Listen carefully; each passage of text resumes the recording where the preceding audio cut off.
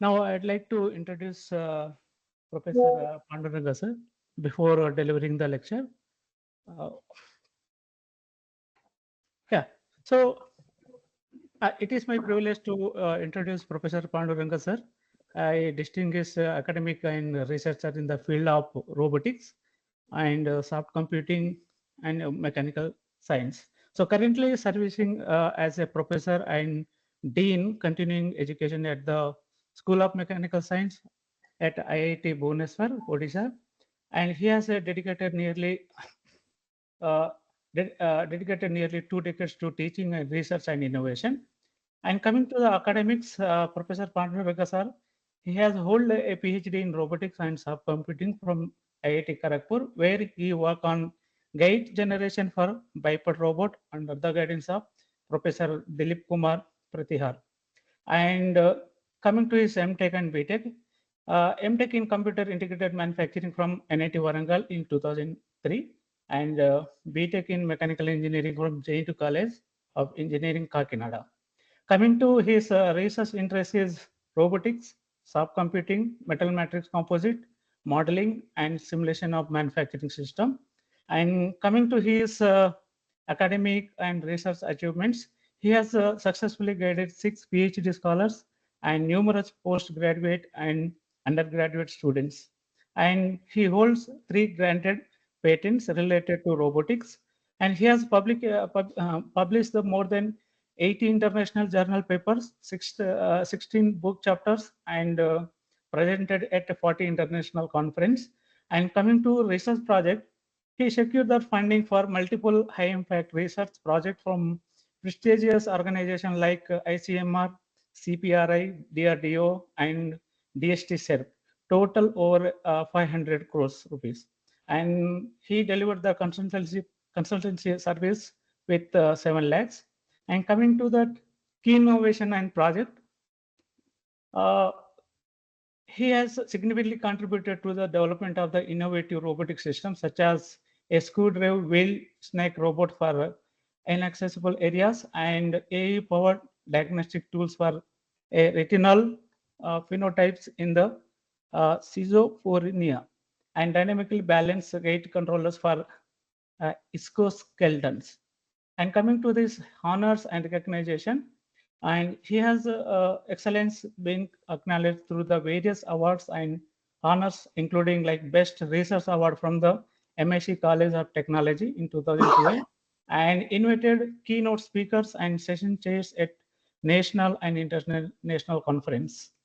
And professional engagements delivered lectures on cutting edge topics like soft computing, genetic algorithm, and robotics. And he has a reviewer for various journals like robotics, manufacturing, and soft computing. And he has organized and attended numerous workshop and training program to advance academic collaborations. So in conclusion, so Professor Panduranga sir career reflects a profound dedication to the research, innovation, and academic leadership. So thank you, sir, for joining this program and for going to be delivered the lecture. So welcome for this program, sir. Sir, you may continue. Thank you. Sir, good evening, sir. Thank you very much for your kind introduction. There is one correction you said in between 500 crores funding. It is 500 So lakhs. 5 crores, sir. Maybe. Ah, Yes, yes. so that is the correction. Yes, sir. Sir, please share your presentation. Thank you. Thank you. No, I was not given permission, it seems. Okay, 1 minute.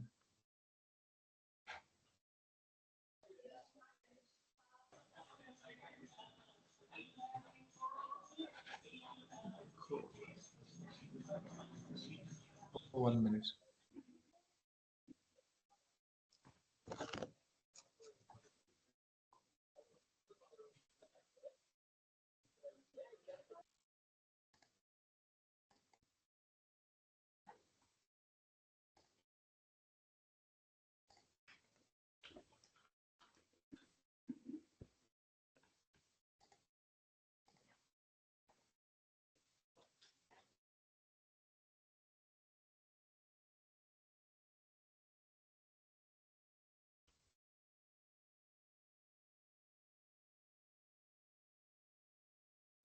Now you got, sir. Yeah, I got it.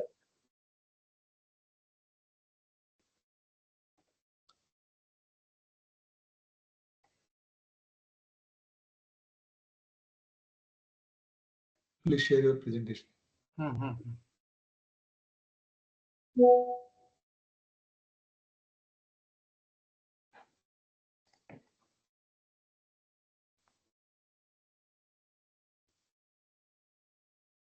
So now my presentation is visible. Yes, sir. Yes, sir. Sir, please make it full. Yes, sir. Yes, sir. Yeah, now it is full. So good evening to you all. So this is Dr. Ranga, Professor in the School of Mechanical Sciences, IIT Bhubaneswar. So I'm giving my presentation on subcomputing based approaches for the gate generation of biped robot. So these are the contents of my presentation: introduction, problem definition, and model of 7 degrees of freedom biped robot and its state parameter setting, kinematic relationships and dynamics, results of an analytical method, and subcomputing based methods and robustness test.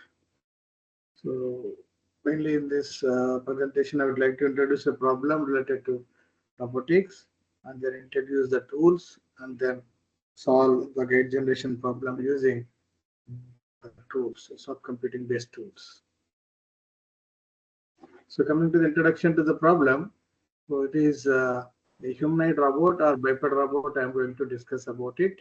So it is a robotic structure that resembles the shape of human being and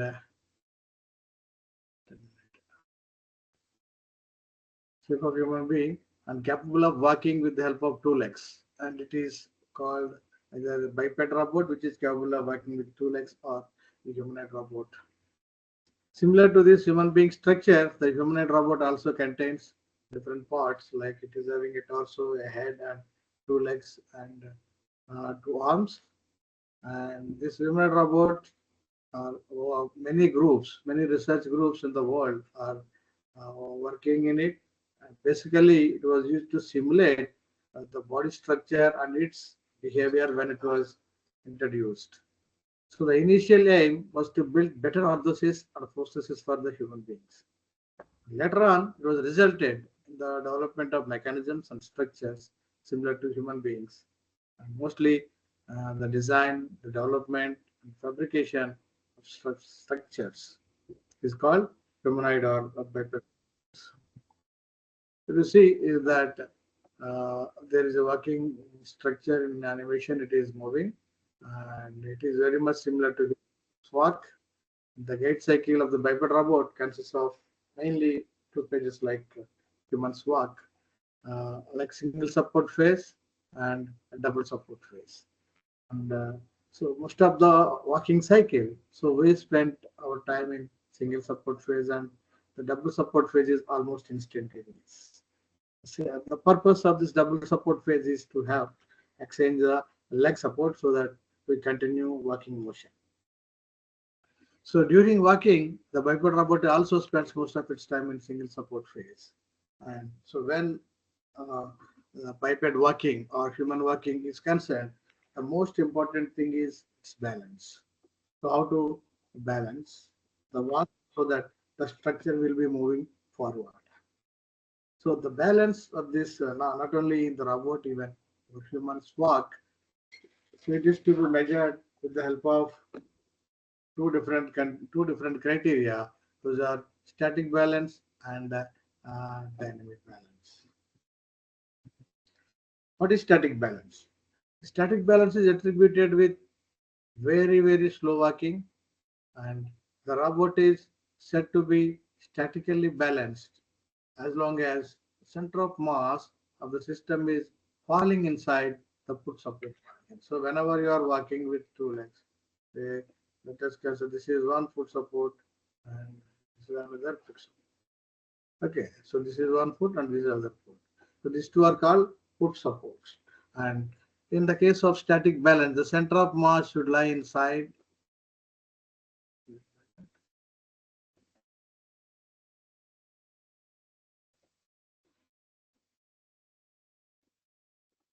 So during not control.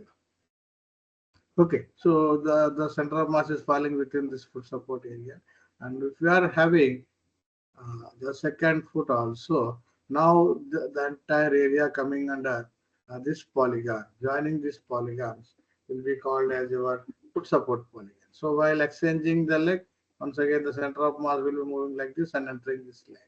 Okay, like that it will continue its motion. So as long as the center of mass is falling inside, then the robot is said to be statically balanced. But the static balance is not so important for the biped robot, as it has to move with the desired speed and perform the task. So therefore, the biped robot dynamic balance is more important. So what is dynamic balance? Dynamic balance is to be measured with the help of one more important criterion. So that is zero moment point. So zero moment point.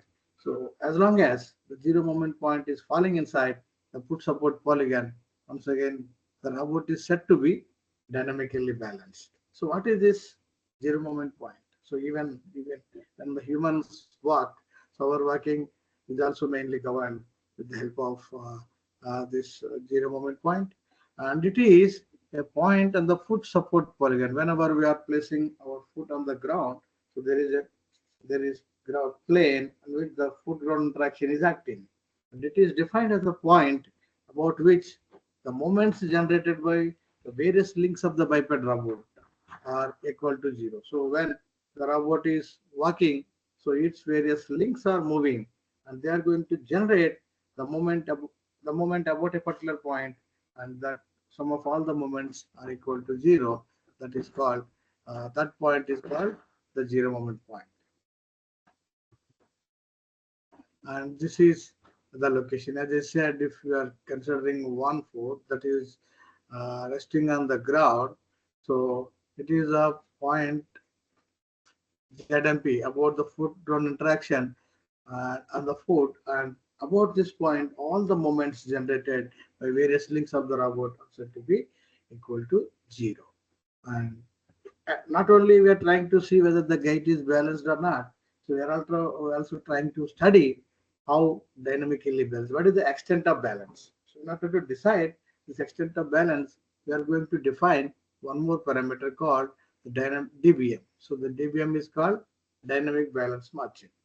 So how are you going to define dynamic balance margin? It is the distance measured from the end of the foot support polygon to the point where ZMP is acting. So this horizontal lines I am not giving drawing. So just it is because of uncontrolled motion of this, what you call your mouse, they are appearing. Okay, so only this line only I am drawing. Okay, so this is the point. Then how we are going to measure the distance? It is the distance that is measured from the end of the foot support polygon to the point where ZMP is acting. So this distance is called. This distance is called. So this distance is called. So it is going like that. The distance is called this one. This is called the dynamic balance margin. So if the ZMP is moving towards the end of the foot support polygon, what does it mean? It means that the robot is going to lose balance, and once it just touches or crosses this boundary, so then the robot will be going out of balance and it will fall. So this generally happens for us also whenever we are walking on the floor and suddenly place our foot on uh, a slippery zone. So like oil or the peel of a banana. So the friction is not sufficient, and what is going to happen? The ZMP point will be moving towards the end of the foot support pole and we will be falling, try to fall. Then what we will do in that time, we will be applying some movements to the hands, either forward direction or backward direction, depending upon the fall, and we try to regain the balance. So what we are doing, trying to regain the balance means trying to push the ZMP, the point about the mounts are equal to zero, towards the center of the foot support polygon. So from here to here, we are trying to put by applying opposite moments either in the forward direction or in the backward direction. So depending on the fall, the body. So thereby we try to regain our balance. So here also we are trying to utilize similar principle in order to attain the dynamic balance for this robotic structure. So this is the vocabulary which I am going to use in the coming 1.5 hours. So related to biped robotics, the gait, the sequence of steps involved in moving the robot from one location to another location, single support, single support, double support phase, and the ZMP and the dynamic balance. So here I am going to explain a problem that is ascending and descending gate generation of a 7 degrees of freedom biped robot moving on the staircase. Here just I have considered only 7 degrees of freedom, so which is the simplest system that could be used to explain various phenomena related to the biped robot when it is moving on the staircase or on any terrain. We have considered a special case of ascending and descending the staircase. So in fact, up to that, we have solved a robot with many degrees of freedom, 80 degrees of freedom. Ravi is my student. He did it uh, uh, for his doctoral studies. So now, just I'm going to explain a very simple system which consists of 7 degrees of freedom. If you observe that there are some dark lines which shows the structure of the robot. Once again, I'm drawing for the clarity. These are the 2 foot and uh, sorry, I could not trace it. So these are 2 lower limbs, and these 2 are the upper limbs, and it is the trunk. So these are the 7 links, and at each link is joined with the help of a particular joint. So where we are having only 1 degree of freedom. So therefore, it has become 7 degrees of freedom system. And if you observe, there are certain uh, black balls attached to that. So here in this study, the entire mass of this particular link is assumed to be concentrated at a particular location. Instead of assuming it as continuously varying mass, we have considered that it is focused on a particular uh, location on the link. So this type of system is called lumped mass system, so that it will be easy to calculate many parameters related to this structure of the robot. And in addition to that, we have also shown terrain, that is uh, this is the staircase, and on the staircase, so we have one structure, this one. This is called the swing foot trajectory. So even when we are walking, the motion of the leg is planned by utilizing certain trajectory. Here in this case, we have considered a cubic polynomial trajectory, so whose purpose is to avoid collision of this swing foot with the terrain that is. Hello, I'm getting some sound. Okay. So this is used to avoid the collision of this swing foot with the terrain or any object that is present in its uh, terrain. So then after that, we have shown how to represent the zero moment point, which I already explained. And in addition to that, there are certain conditions, certain parameters given: L1, L2, L3, and so on up to L7 are the length of the links, M1, M2, and so on up to M7 are the mass of the links, theta 1, theta 2, theta 3, and so on up to theta 7 are the gate angles for various limbs. And there are the terrain dimensions: SW, which is width of the staircase, height of the staircase, and the location of the foot placements for this robot, like X1, X2, and X3. So with all these parameters, we are trying to design the gate for the biped robot while ascending and descending the staircase. So when we consider the working of a biped robot, so there are certain parameters that are going to govern the gait of the lower limbs. So gait of the lower limbs means the legs, end of this leg to the hip joint. So this point to this point. So this motion the lower limb motion L1, L2, L5, L6. So this one L2, this is L2, this is L3, this is L5, and this is L6. So this motion at the gate is completely controlled by two parameters, that is the height of the hip joint, that is H1, and the length of this end of the leg to the hip joint. So H1 and L1 is a major deciding factor for deciding the gates or angles for these two links. Like geometry, you can consider this geometry. And here also the L5 and L6, the included angle is based on the parameters H2 and L2. So this play crucial role while deciding the variation for these legs. So these two legs are kinematically constrained, and whose deflections or angles made while walking depends on the distance of the hip joint to the ends of the legs. Okay, they strictly follow this kinematics. So therefore, we utilized inverse kinematics to derive these gates for these four legs and uh, four parts of the leg, and then we left with theta 1, and this is theta 7 and theta 4, the angle made by the hip joint. So this information can be collected or calculated either by utilizing inverse dynamics or semi-inverse dynamics, which are computationally expensive.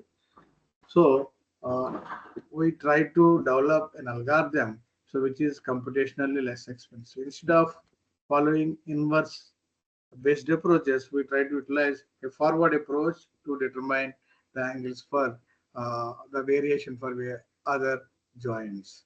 So in addition to that, we have also gone for some simplification, like as this leg is like supported on the structure, so it is going to take the shape of this terrain, and there is no variation. Most of the time, it is in the single support phase, and it is not going to have any variation. So theta 7 obviously will become 0, and we are left with theta 1 and theta 4.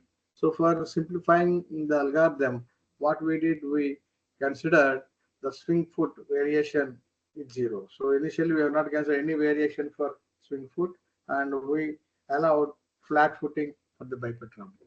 And therefore we left with only one parameter, that is theta 4 to be calculated. That we will see how we have calculated. Please try to remember this thing. And so then, as usual, in order to go for the calculation of uh, dynamics. The initial step in robotics is to go for determining the forward kinematics, and then the other things related to the forward kinematics, that is dynamics and others.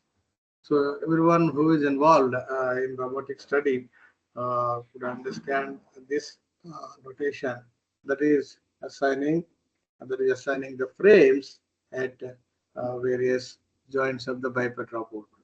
And we have extracted, after assigning the frames, we are going to extract the DH parameters. These are called the alpha, twist of the link, A, length of the link, theta, joint angle, and D is link offset. As all our rotary joints, we have got only Q1, Q2 up to Q7. D's are 0. And wherever there are certain links that are used to separate the joints, those parameters are entered in the link length L2, L3, L5, and L6. Okay, so this is in short related to the DH parameters. After that, we derived forward kinematics, and that information has been used for calculating uh, the dynamics of the system, that is deriving the equation of motion that corresponds to the torque required to move the individual joints. So before going ahead, as I said, that whenever the robot is, or in fact, it is working in a terrain, so initial thing is that we have to design the swing foot trajectory. What is that swing foot trajectory? That is, as already drawn, when the biped robot is moving on the staircase, it is planning its the swing foot path with the help of swing foot trajectory. So this is the trajectory. Z is equal to C0 plus C1x plus C2x square plus C3x cube. It is a cubic polynomial trajectory in which we have used for coefficients C0, C1, C2, and C3. And in order to determine this uh, cubic polynomial trajectory, we have to solve for these coefficients. So therefore, at least we require 4 boundary conditions. We have given these boundary conditions for the fourth in terms of the swing, in terms of the terrain structure and the foot placements of this biped robot. And as it is consists of X and Z, our boundary conditions are also in terms of X and Z. So by substituting these conditions, we are going to calculate all 4 coefficients C0, C1, C2, and C3, and that will help us to plan the swing foot trajectory. So after that, as I mentioned, by utilizing the geometry of the structure of the biped robot, we have calculated the angles made by one leg, that is the lower and upper limb of the leg, theta 2 and theta 3. So these are the equations that are used to derive the motion. And after that, theta 5 and theta 6 is completely trigonometric based approach, the inverse kinematics. And with that also we have calculated theta 6 and theta 5. So once you obtain all these 4 parameters, theta 2, theta 4, theta 5, and theta 6, and theta 7 is 0, and theta 1 is assumed to be 0, and in the analytical approach, we try to determine the theta 4, that is the trajectory, that is the swing foot, that is the trunk motion variation, in order to keep the entire gait in a balanced condition. So the lower legs are walking, and to keep this position in a balanced condition, what could be the angular variation given to my trunk? So for that, this is the algorithm we have designed. So the trunk motion for the half cycle, after considering static balance of the robot, and then based on the above trunk motion, verify whether the entire system is dynamically balanced at different positions of that half cycle through determination of ZMP. As I mentioned, the dynamic balance margin is to be, the dynamic balance of the robot is to be determined with the help of a particular point called, that is zero moment point, that is zero moment point. If the system is dynamically balanced, use repeatability conditions. So in this case, we are trying to derive the gait for the first half of the cycle, and then by utilizing repeatability conditions, we will be ensuring the gait for the next half of the cycle is determined. And for the entire cycle, we try to determine the dynamic balance by calculating the position of ZMP. So this is how we are going to calculate the information related to zero moment point. As I mentioned, that here we are trying to determine the moments generated by various links and ensure that they are going to become zero. So when acting on a particular point called ZMP, and this is the equation that is used to calculate this ZMP. And once the ZMP is calculated, so we will be calculating the dynamic balance margin. As I mentioned, that is the distance between the end of the foot support polygon and the point where ZMP is acting. So that is L7 by 2 minus X ZMP. This is how we calculate the dynamic velocity. XZMP means, so when the robot is moving, its motion is in X and Y direction. So as I said, it is a 7 degrees of freedom. It cannot take any turn. To explain the phenomena of walking and the aspects related to the biped robot, we have considered only 7 degrees of freedom. In this case, the robot can walk in one direction, that is in the direction of motion. It cannot take turn. So if I provide another degrees of more degrees of freedom at the hip and at the ankle, the robot may be taking turn also. In that case, we may analyze what is going to happen to the dBm and the y direction. Okay, here in this case we restricted to study what is happening to the point of zero moment point in the direction of motion. So that's why we considered only XZMP and XDPF. And later on, our aim is to identify what is the amount of torque required in order to move each and every joint. So when the robot is performing the motion. So for that, we have used one popular approach in dynamics, that is Lagrange-Euler formulation. So here in this case, we are trying to find the Lagrangian, which is nothing but the difference between kinetic energy and potential energy.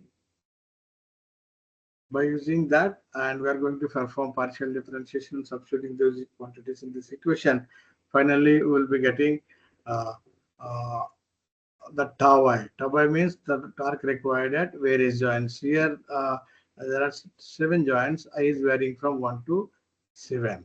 So here in this case also, one more thing I would like to explain, that while performing the motion, so each and every joint angle variation. So earlier we studied the swing foot trajectory, and after that, along with the swing foot trajectory, other joints are also moving. When the end effector is moving, that is your swing foot is moving, other joints are also moving to their destination. So in between, we have to assume the variation for this joint angles, for the smooth variation of this joint angle from one location to the uh, next location. We have considered that they are going to follow a fifth order polynomial. So here there are 6 unknowns.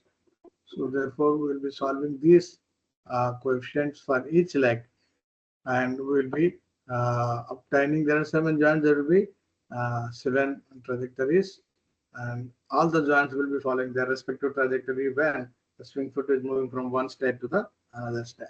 So by using that variation, so these are the variations we are using: first order, first derivative, and second derivative of this joint angle variation. So which are going to be used in the calculation of these torques. This equation tau I represents the torque required, and in that there are some terms called DIK, HIKM, and CI. So these are called, DIK is called inertia terms. This is the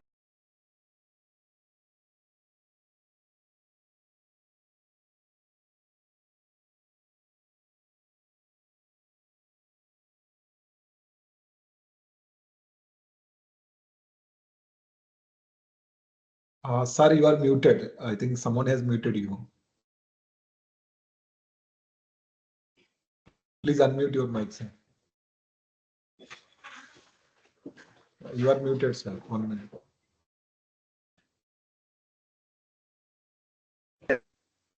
Yeah, now it is audible. Yes, sir. Yes. now my PPT is there. No, PPT is also not visible. Just a minute. Please show.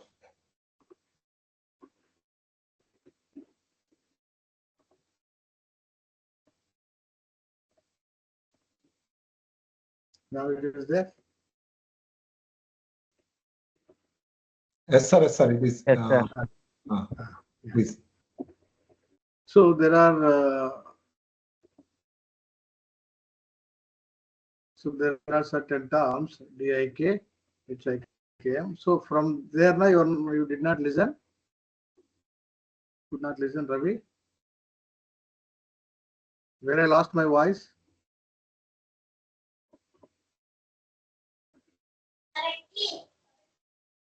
Sir.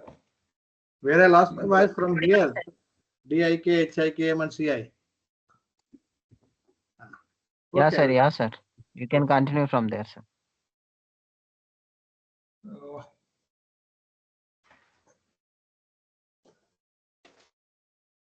Sir ने remove sir. Vila.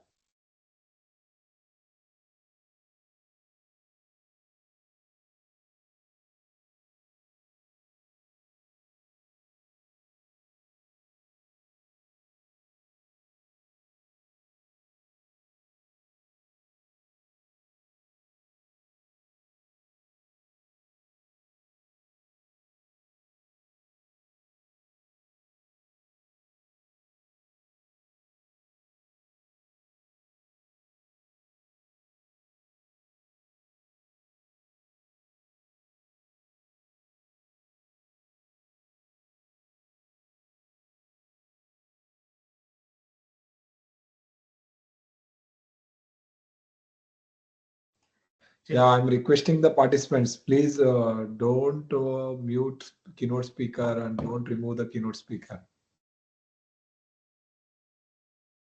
That's why I have muted everyone. I have not given the permission. It is not good for like that.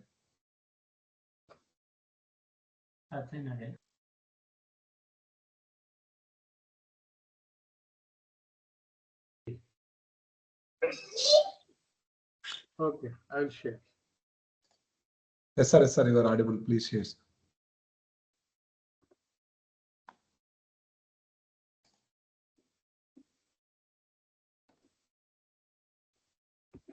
Now, Yes, sir. Yes, sir. It is visible. Please continue, sir.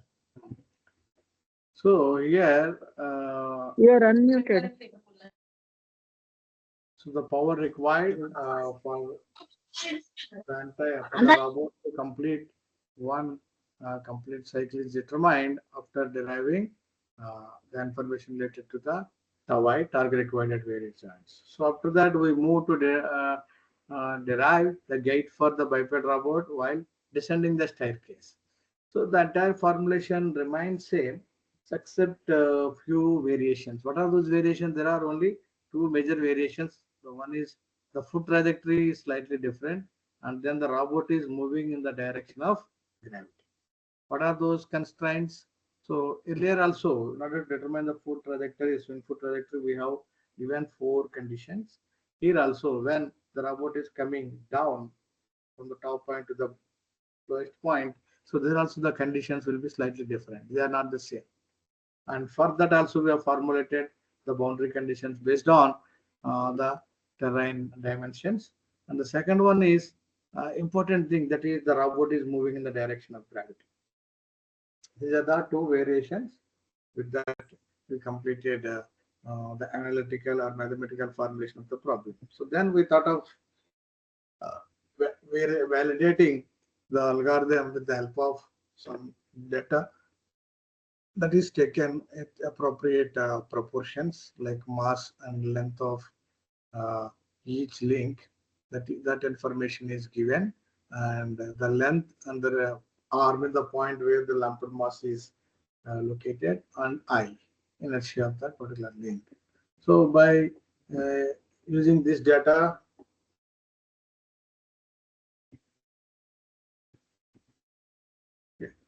so by using this data, and we try to calculate the various important parameters, uh, the performance measures of this algorithm. So that is identifying the dynamic balance margin and the power required.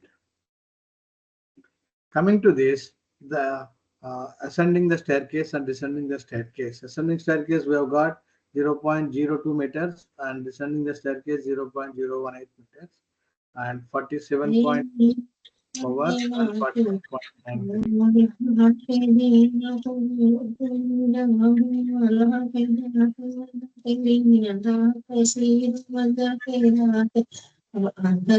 Somebody is making noise. Okay.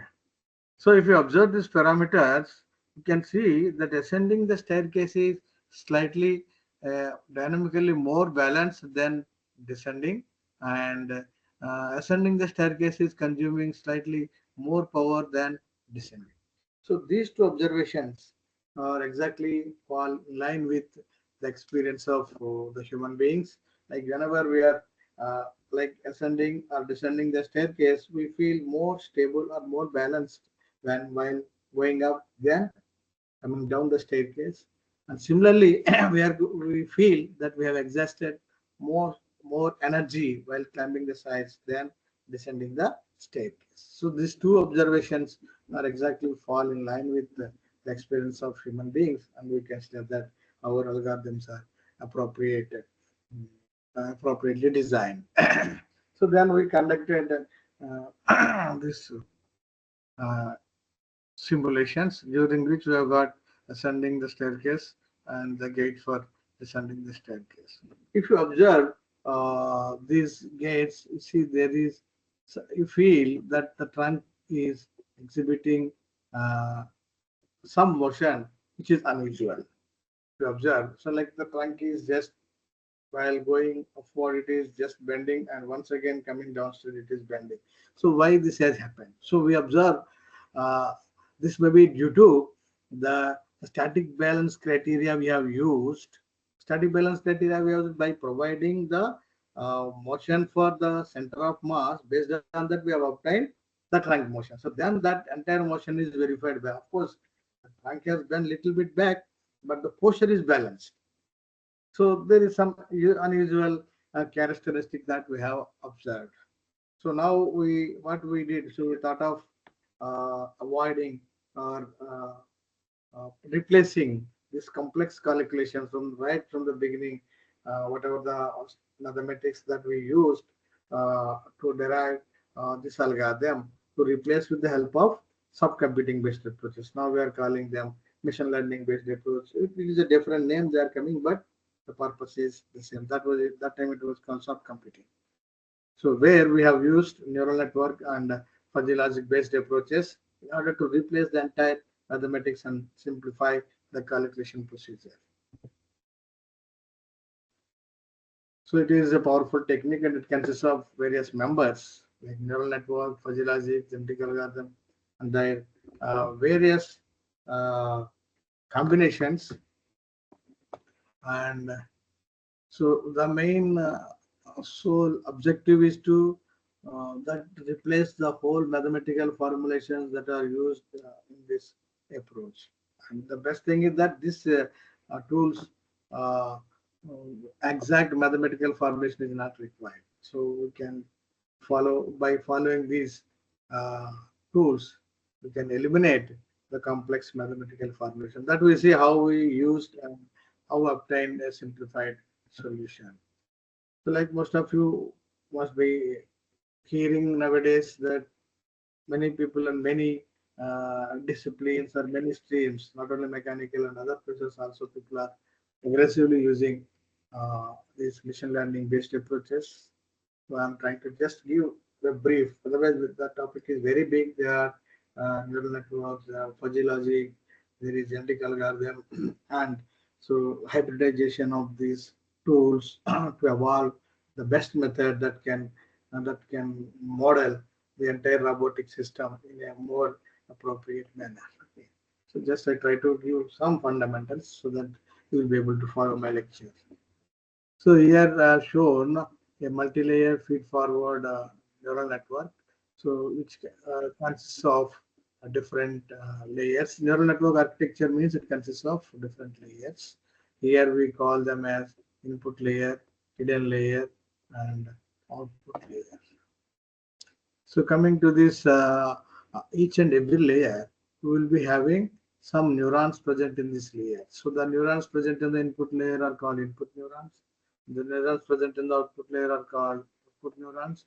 The neurons present in the hidden layer are called hidden neurons. Okay. So who are going to determine, who is going to determine the number of neurons present in the input and output layer? So the application. So application where we're trying to use this neural network or fuzzy logic, the number of inputs are covered by the problem. So for example, if you are having 3 inputs, 5 inputs, correspondingly you will be having either 3 or 5 inputs. And if the output is having 5 responses, you will be having 5 neurons in the output layer. And coming to this hidden layer. So there could be one hidden layer. Here I have shown in the diagram, I have shown only one hidden layer. So there could be one hidden layer or many or multiple hidden layers. So when we use this problem, when we try to solve this problem with the help of neural network, we consider only one hidden layer. So nowadays with the help of machine learning based approaches, so many hidden layers are there. So which are trying to map the multidimensional data. So here also there is a possibility that we may go for more number of hidden layers. So that time we feel that computational complexity will be very high, and it will take abnormally long times to solve the problem. Okay, so that's why we decided to go with only one hidden layer. So far, I have solved more than 100 to 150 problems. So where I used only single hidden layer and could get better accuracy while modeling the systems, solving the problems of various research domains in mechanical engineering. So here what we did, we have used only one hidden layer, and coming to the neurons. So he is going to decide how many neurons could be there in the hidden layer. So this is to be done with the help of an appropriate study. We have to conduct one parametric study to decide what could be the number of hidden neurons required in the hidden layer of to solve a particular problem. The structure is not same for all the problems. So for every problem, we have to tune, construct the neural network architecture, and construct the neural network and tune the architecture of the neural network to get better results. Okay. Here, if you observe, the neurons in the hidden layer and input layer are connected to the neurons present in the output layer, and neurons in the hidden layer are connected to the neurons present in the output layer. So those are called connection weights. So here V11, V21, all these things, V matrix is what do you call uh, the connection steps between input to hidden layer, and there is another matrix called W matrix that gives the connection strengths between hidden neurons to the neurons present in the output layer. And each and every neuron is provided with some activation function, so which will try to uh, retain the information and tries to map the problem between input and output layers. So here in this case we have used uh,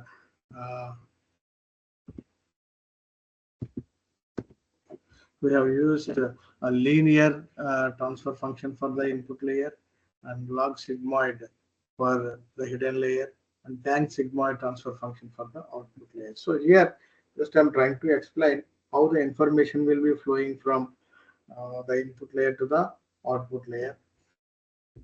As I said, at the input layer we have uh, considered a linear transfer function, that is output is equal to the input, and then so what is the input of the neurons present in the hidden layers? So it is the weighted sum of the outputs of all the neurons present in the input layer. So what is that? It is the weighted sum of all the outputs of the neurons present in the input layer will be given as input to the neurons present in the hidden layer. So this is the equation that shows H, the input to the hidden neuron is V into I, and so on, all V1 I1, V2 I2 plus and so on.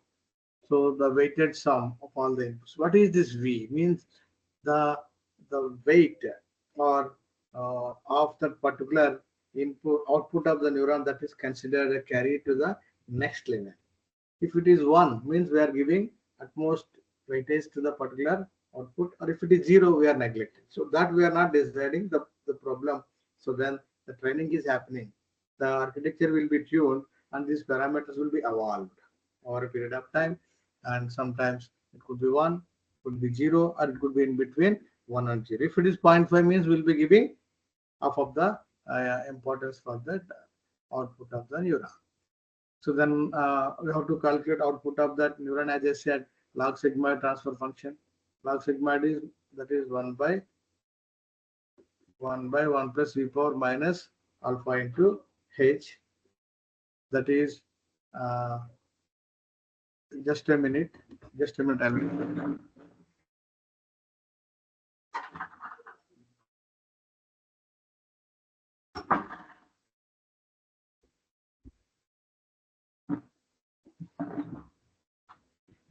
So the output of the hidden neurons will be calculated by using this log sigmoid transfer function. And then once again we have to calculate the input to the output neuron. So once again, that is the weighted sum of all the outputs of the hidden layer will be given as input. So here we'll be getting output and this information. The weighted sum of all the outputs will be given as input to the neurons present in the output layer. Okay.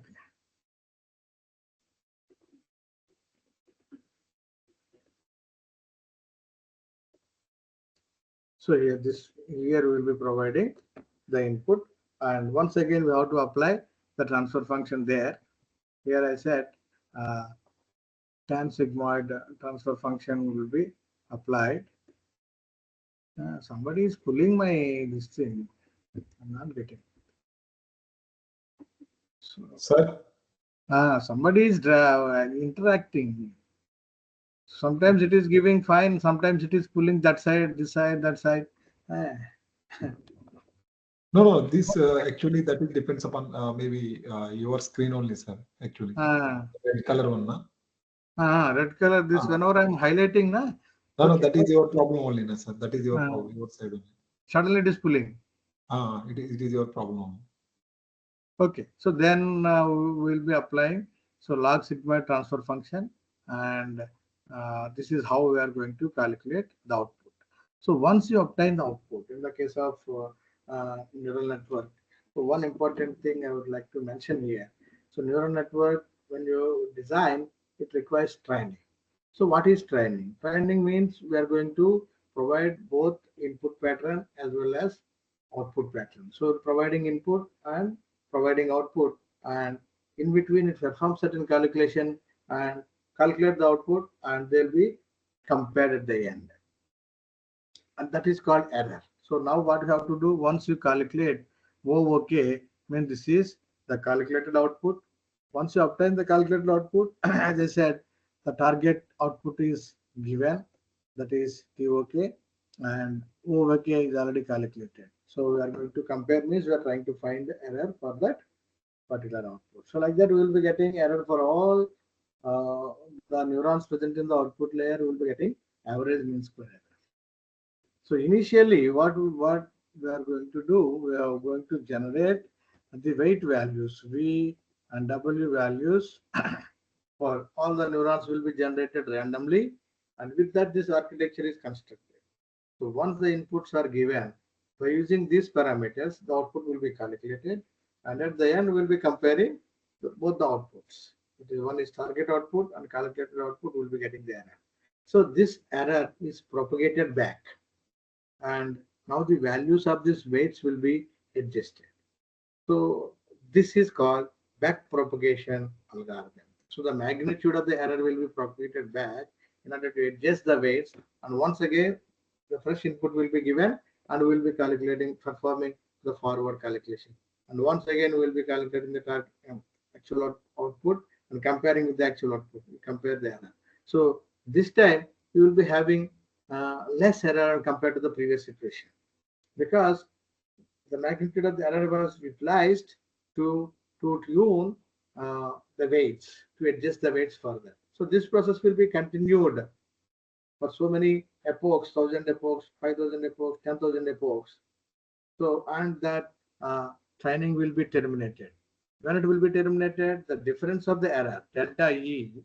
So when you calculate the error, delta E equal to, between two consecutive cycles, runs equal to 0.00001. That much small quantity, and the error becomes very small. It doesn't mean there is no variation in error between two successive iterations is happening. Then we will stop training. We will stop training. Okay. So this is how the neural network is going to be trained by utilizing backpropagation algorithm. So in the present study, so the problem with backpropagation algorithm is, as I said, the weights are initially generated randomly, and only one set of weights are generated, and those weights will be used to optimize this architecture. So when we choose only one value in between a huge domain, and there is a chance that the variable, what is that? The variable is generated, maybe taken from local minima.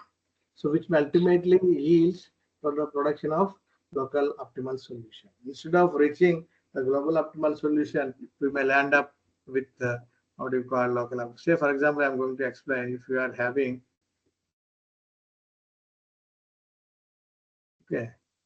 domain like this. If you go with little deep, so for every there are so many what do you call valleys, peaks and valleys. Here, this is one minima, this is another minima, this is another minima, this is another minima. So for this curve, maybe you are having global minima here. Okay. So while selecting the input variables, selecting the numbers randomly, if you could select numbers in this zone, what is going to happen? The local minima will be, the local optima will be, solution will be coming like this and it will stuck here. This is called the local minima for this zone. But there is no provision for this solution to jump here, and so that it will be just reaching the global optima. So this is the problem with multi-model solutions, multi-basin solutions. So in this case, so if you go for population-based search and optimization algorithms, where we will be generating n number of initial initial solutions, like maybe falling in different domains. Okay, so in that case, there is a chance that at least one particular solution will be falling in the global basin, and which helps to reach the global optimum. So that is how all these heuristic algorithms or population-based search and optimization algorithms work, and the chances of hitting the global optima is high. Even then, we are saying that it is going to be global optima. We never say that it is the final optimal solution. So whenever we are using these algorithms, we say that near optimal. Not exactly. It is not possible to reach absolute what do you call optimal, absolute minima or absolute maxima, because here we are utilizing that approximate methods. These is nothing but your iterative methods are always approximate methods. Okay, therefore, we will never say that we have reached the global optimal solution. Rather, we can call it as a near optimal solution. Okay, so here we have used as it is having the problem of local minima solution. So we try to avoid the back propagation algorithm, and we try to connect genetic algorithm to neural network, so that the structure of this neural network will be optimized in a global manner, and we will get better predictions. That we tried. So after that neural network, we have also used fuzzy logic. Two approaches we have used, and under this fuzzy logic there are two approaches: Mamdani based fuzzy logic controller and Takagi Sugino fuzzy logic controller. And so from that, so we have considered Mamdani approach of fuzzy logic controller, which consists of 4 modules. That is namely, it is having a rule base, it is having a fuzzy inference engine, and it is having a fuzzification module, it is having a defuzzification module. Okay, and this is the process to be controlled. So in the case of fuzzy logic controller, it is not going to work with the real data. It is going to work with fuzzified data. So fuzzified data means the numerical data is converted into some coded form, and processing will happen in the coded form, and then that information will be sent to the fuzzy inference engine, and it will decide, calculate the outputs in a fuzzified manner. And in order to control the real system, we need numerical values. Once again, this fuzzified information will be converted to defuzzified information with the help of defuzzified module. Okay, so then these are the outputs that will be used to control the process. So when we are trying to convert the numerical data to fuzzified information, so there are two things makes two important things are there. That is database and rule base. Database means it consists of linguistic terms. As I said, the numerical data will be converted to some linguistic form. So we are trying to convert that information into database. And database consists of linguistic terms, and we are having certain rule base. Now you will see what is exactly rule based. So, for example, when we were operating with a lathe machine. So, lathe machine, as a mechanical engineer, someone should have the knowledge of what is the impact of this input parameter like speed, feed, depth of cut on the material removal rate or the surface finish. So we know that when the speed is high, feed is high, depth of cut is high. What is going to happen? When the speed is high, depth of cut is low, and feed is high, what is happening to surface finish? So that type of rules they are going to formulate, and that is called rule base. So for a fuzzy logic controller, this database and rule base are very important. And so these are knowledge-driven systems. Coming to the neural network, that is data-driven system. So we are going to provide a huge amount of data to train the neural network. That's why they are called uh, data-driven systems. And fuzzy logic works with the help of some information or some knowledge that is given in the form of database and rule base. That's what they are called knowledge-driven systems. Okay. The same explanation of how they are working is given.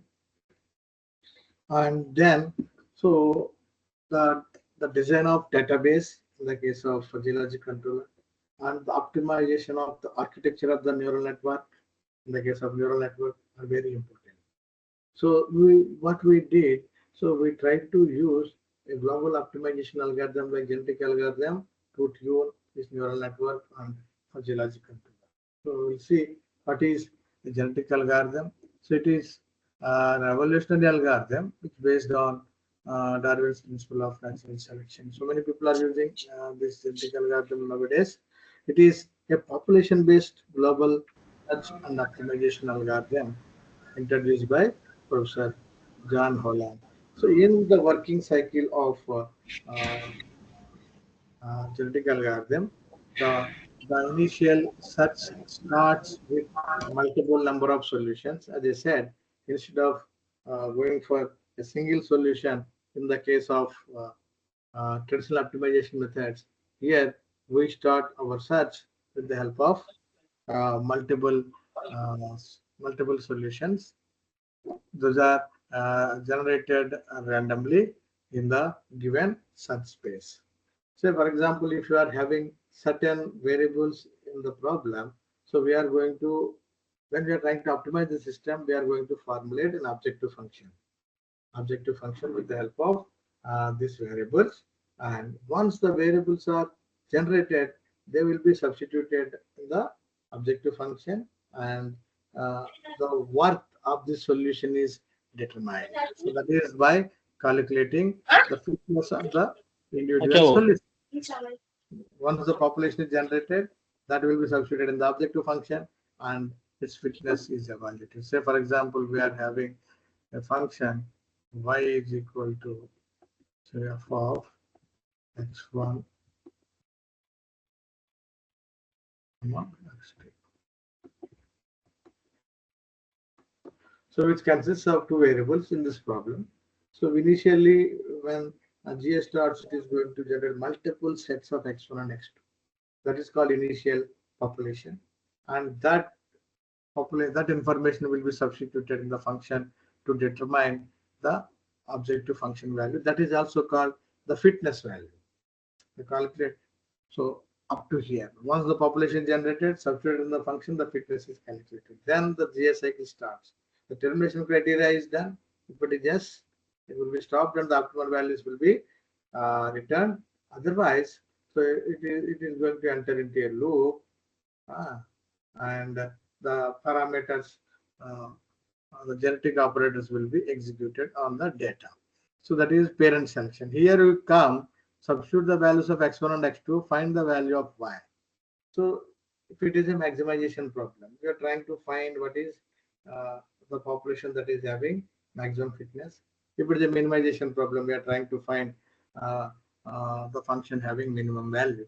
So, and during selection of parents for the next generation, the best parents will be picked, and then the crossover will be happening. Crossover means ex-parents will exchange the information and a new children will be formed, and the mutation will be happening to the children, and with that we'll be having a new solution.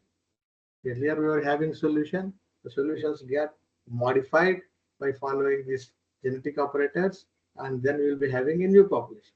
So then that completes one generation. So once you get new population, once again it will go here, and once again that population will be substituted in the function, and we'll be getting the functional values and fitness value, and the cycle will be repeated for so many generations. And at the end of the generation, termination criteria, generally in the case of GA, the termination criteria is your number of generations. Say, for example, 100 generations, 200 generations. If it is reached that number of generations, we will be stopping the algorithm and we will be displaying the best solution. So now what we are trying to do is, so we are trying to mix or we are trying to combine or hybridize these algorithms like GA with NN and GA with FLC, and to have GNN and GFLC systems. So this is the flow of these algorithms. And what we did earlier, we were having one mathematical approach or analytical approach. We try to eliminate that analytical approach and try to use these tools to simplify the problem. Here, the same problem is solved with the help of GNN and GFLC. And in the case of neural network, the purpose of GA is to optimize the weights. And in the case of FLC, the purpose of GA is to optimize the knowledge base. Okay. And the input of the algorithm is the foot placement of the robot on the stair. And the first module is going to predict H and L, as I said, the height and length of the hip joints. That will be used to calculate the lower limb gait, and the variation in theta 2 and theta 3, delta theta 2 and delta theta 3 will be calculated, and that was given as input to the second module. You see, the problem is solved with the help of two modules of each, either two modules of neural network or two modules of fuzzy logic, and the change in gait angle will be given as input to the second module of neural network, and the output is delta theta 1 and delta theta. Here, in the analytical approach, we consider delta theta 1 to be 0, and we have calculated only delta theta 4. With that, we have got some slightly unusual variation for the what you call trunk. Now, in this case, without going for much complicated calculations, we try to predict the angle variation for both. Earlier, we fixed the swing foot to follow what you call no variation. Now the variation is also given. This also contributes towards the balance of the structure. So once you get the entire guide, we will be verifying for a dynamic balance, and finally we will be deriving what is the torque required at various joints. And this is the architecture of this neural network. As I mentioned, two modules of neural networks are used, and next one and next two are given as input. I said the height and distance of the hip joint H1 and L1 are calculated, and from that the joint angle variation is calculated by using this module, and delta theta 2 and delta theta 3 are given as input to this network, and finally delta theta 1 and delta theta 4 are calculated by using the second module.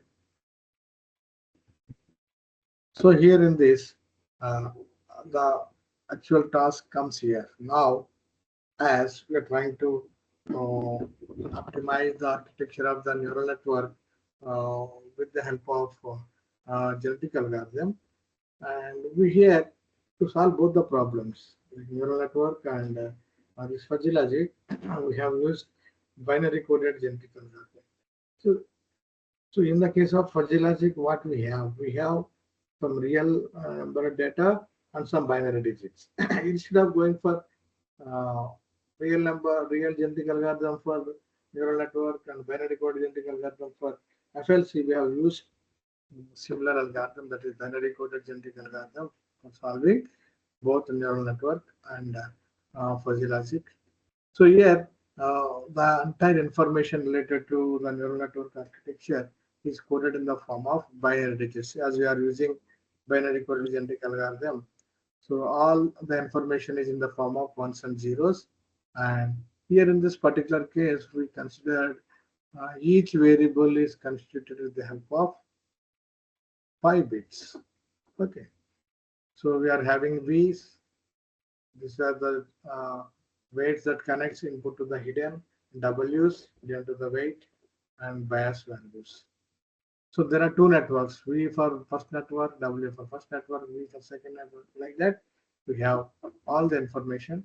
And so for ascending and descending, as I said, we have to determine the number of hidden neurons that are to be there in each network. So coming to the ascending case, we have conducted that I have not shown the parametric study here, but it is found that there are 5 number of neurons in the hidden layer of the first network and 3 number of hidden neurons in the second layer of the neural network while ascending the staircase. Okay, thereby, so you are going to find what is the string length, how many bits are used to represent the problem. In the case of ascending the staircase, we require around 340 bits to represent uh, the string of genetic algorithm. And similarly for descending the staircase by using this pipette robot, also we have conducted some parametric study to decide the number of neurons present in the hidden layer of both the networks. As I said, if you have one neural network and it is not sufficient, then the system changes, certain parameters changes, the network architecture changes. So here, this is an example that during ascending, we have got 5 neurons in the first module of the neural network and 3 neurons in the second module. And for descending, the four hidden neurons in the first module of neural network and 3 in the second module.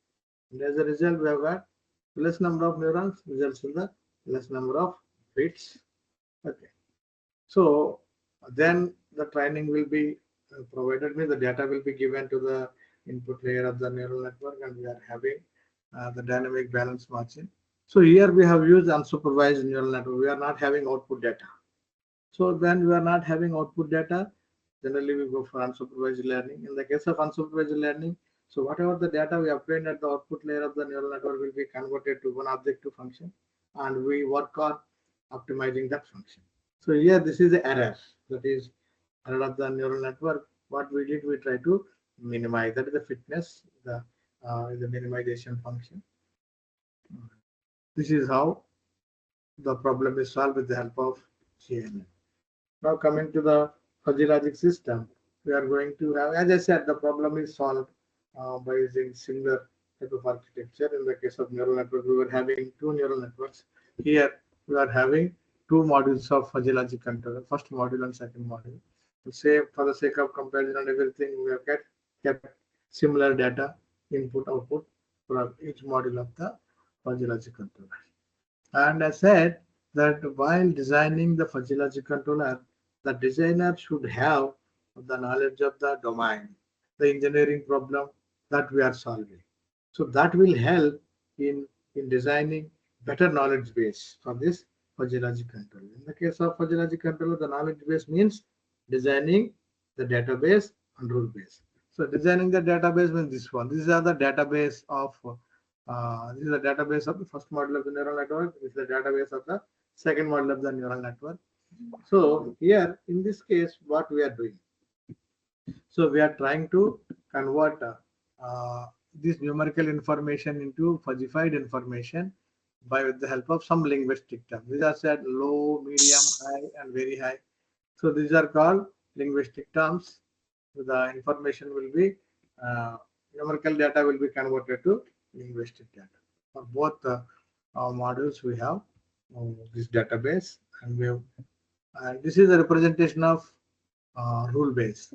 Say for example, x1 is large and x2 is medium, then h1 is m and l1 is low. So this we are going to determine. So if somebody is not having the domain knowledge of the process, then it is very difficult to design the rule. If you did some mistake in designing the rule, means the whole fuzzy logic controller is losing its importance, its meaning actually. So therefore, one should have the knowledge of the process. So like for the second, what is the physiologic controller also, we are designing the rules. If somebody is not having, so that is the purpose of this algorithm. If somebody is not having uh, uh, the knowledge of the process, but still he wanted to utilize the physiologic controller for modeling the system. So then what we can do, the only way is to use some optimization algorithm, that is genetic algorithm. So here the entire task of designing the antecedent part and consequent part. Here these are called theta 2. This is called the antecedent part of the rule, and this is called the consequent part of the rule. Generally, this is in our hands. We will be designing what could be the value of L, what could be the value of X. But here, what could be the value of H and L and theta 1, theta 2 will be designed by the algorithm. So that if you are not having any control, if you randomly design that, it will provide enormous, what you call, erroneous data, erroneous result. So in order to avoid that, that task will be given to the genetic algorithm, and thereby genetic algorithm will automatically evolve the physiologic controller. So that's why it is also called automatic evaluation of physiologic controller with the help of genetic algorithm. Here also, depending upon the number of variables, the string length will be decided. And here it is having some different meaning. As I said, these values are real values, and database of the and the rule base. Here also these are binary digits. They are binary. So it is a, this problem is a combination of real data and binary data. As I said, the binary digits can be converted easily to real data. Thereby we have used binary coded genetic algorithm to solve both the problems. And once the GANN and GFLC systems are constructed, so then we have once again studied the effectiveness of this module, GNN and GFLC module, by providing the information already I've shown for the analytical approach. And then we could see that there is some rise in the what do you call ZMP values. Sorry, this is dynamic balance margin values for both GNN and GFLC systems. And both GNN and GFLC modules are what fine. There is no problem. Sometimes it has given superior performance, sometimes it is given superior. Very minute difference is there, but both the approaches could solve the problem of ascending and descending and gate generation of bipedal robot on the staircase. This is the result that shows ascending, and these are the results corresponding to descending the staircase. And here in this case also both the algorithms perform nice, but if you observe the data, so the average dynamic balance margin for ascending the staircase is slightly higher than that descending. If you take the average values, that way it is also verified and exactly fall in line with the experience of human beings. And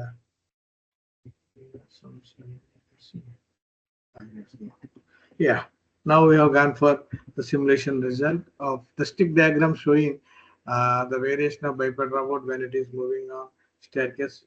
Earlier in the analytical approach, as I said, we have used some method to reduce the computational complexity, and we have gone for a forward method of solving the problem.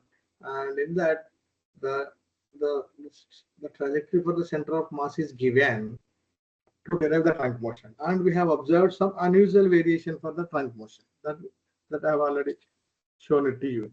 Now if you observe in the case of these approaches, you see uh, the trunk motion variation is seen to be fine when compared with your this thing. And if you see, this is like natural human like pattern we could see.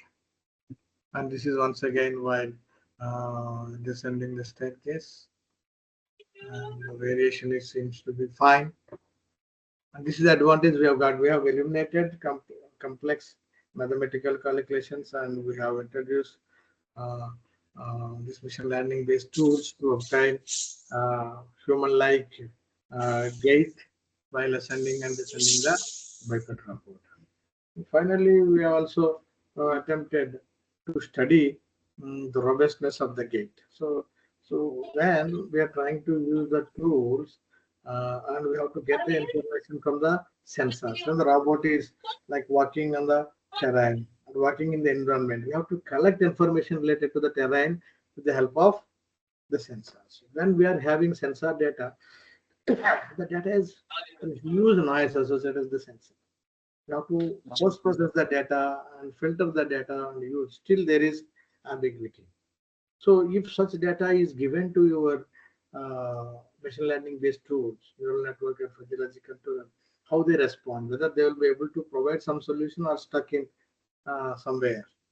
So that we tried, and in both the cases, GNN and GFLC modules, after providing plus or minus 15% variation in the input data. So both the GN and GFLC modules, while ascending and descending the staircase, has Hello. produced reasonably good data, and the percentage change in the dynamic balance margin values for this module seems to be the maximum values into minus 2.20% here and minus 2.12% here. So with this, we can conclude that whatever the subcomputing based gate planners or machine learning based gate planners that we have designed, uh, they are found to be robust in nature. Even though there is certain variation in the inputs provided to the system, they will be able to take care of that imprecision in the data and could provide some useful information to the system. And with that, I could conclude the talk. And so these are some of the robotic developments at IIT Bhubaneswar. And this humanoid robot is a 18 degrees of freedom system, which is developed by Dr. Ravi, and he was there with me. And apart from that, there are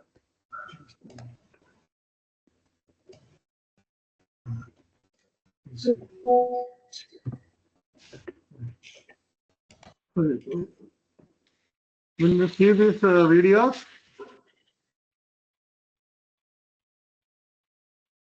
Yes, sir, it is usual. So this is a snake-like robot making some patterns. These are the robots that developed in our AM laboratory of IIT Bhubaneswar by various students. Right? They are all student projects.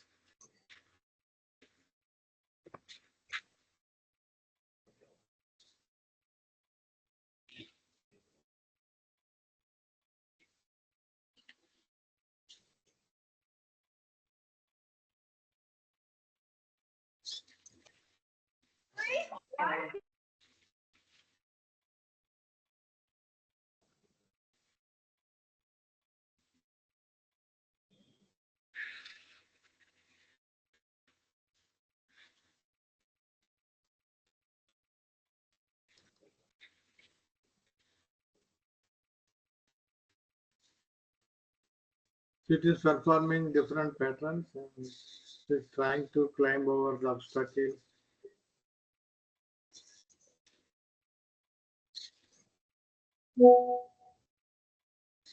We have predefined gates. There is no intelligence involved, and all the calculations were done, and that information was fed on the board.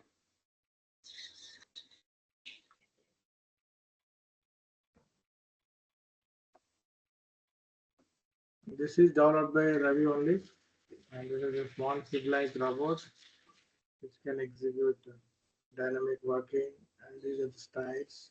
It can climb the styles.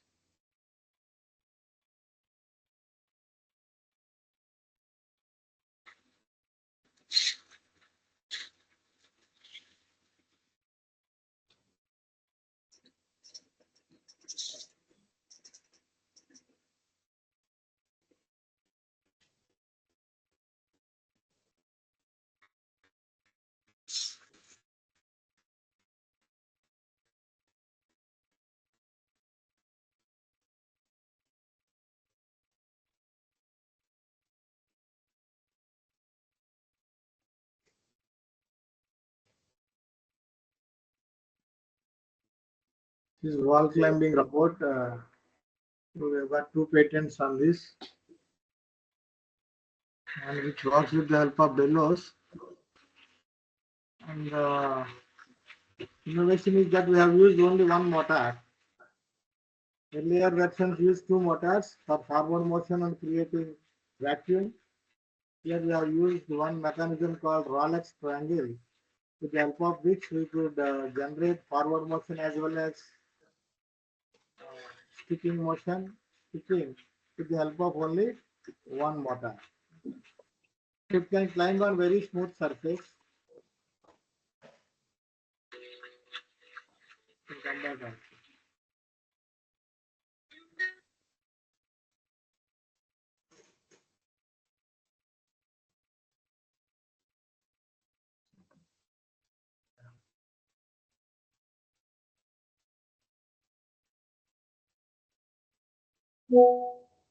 Here, this is virtual reality based control of this robot, and this girl with VR controller is lifting the hand, and this robot is just following this path. This is VR based control, and there is Unity 3D software which will capture the motion from this VR sensor, and from that it will calculate the inverse kinematics, and that information will be provided to this robot.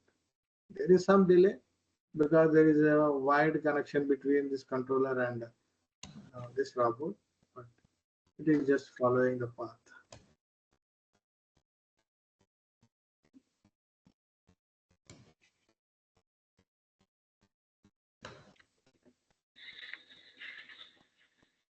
Here this is human upper body, test action of human upper body by this small robot. And we have also developed one steward. This is parallel manipulator. If you see this parallel manipulator. Here this is one spatial manipulator,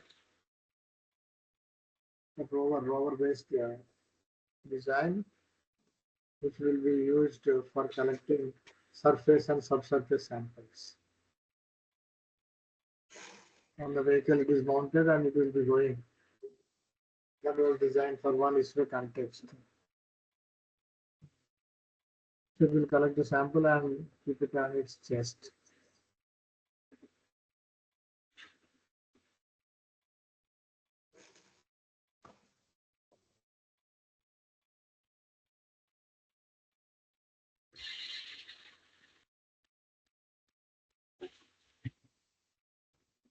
These are the projects on which we worked at IAM laboratory at IIT Pune. So this is a pipe inspection robot for boilers. This is only 5 centimeter diameter small pipe. So inside that we designed one crawling robot which can go inside the pipe and it can come back.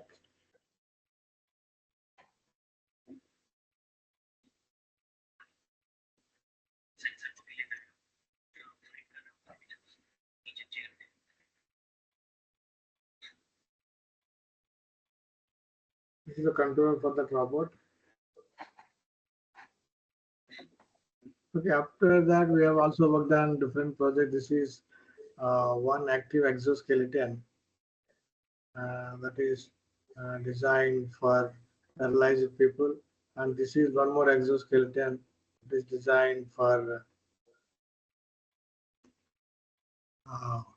what you call our soldiers when they carry some 30 to 40 kg weight on their back. So this was given by DRDO, and that weight, if they keep that, it will transfer the load to the ground without transferring it to the body. This is passive exoskeleton, and this one is active exoskeleton. So here there are motors, and this structure can be fitted to the human being, and so there are predefined, pre-programmed gates, and it will take the person to the desired destination on a plane surface. So far, we have worked on only plane surface, and a lot of research need to happen to make it an autonomous system. Okay, so these are some mechanical engineering based research, and here we have already have shown one Stewart platform that for incremental farming, the robot can be used to make complicated profiles. Like this is a profile we built from inside, like as complex as the skull structure can be created, because this system is having 6 degrees of freedom. So it is having the freedom to rotate the head in complex profiles.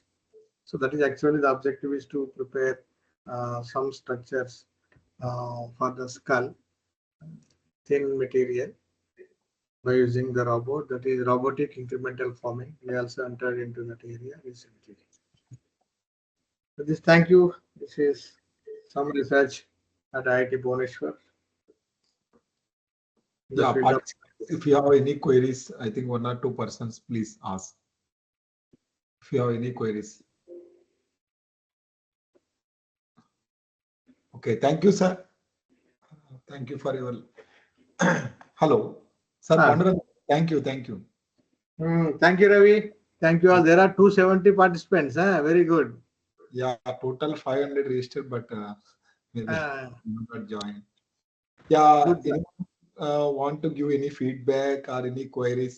Please. Sir, one question, sir.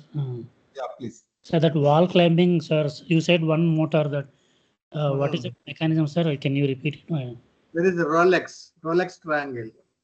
Rolex triangle is a mechanism, sir, or what? One mechanism, if you fit only one motor to that, so it will perform that rotary motion, can convert.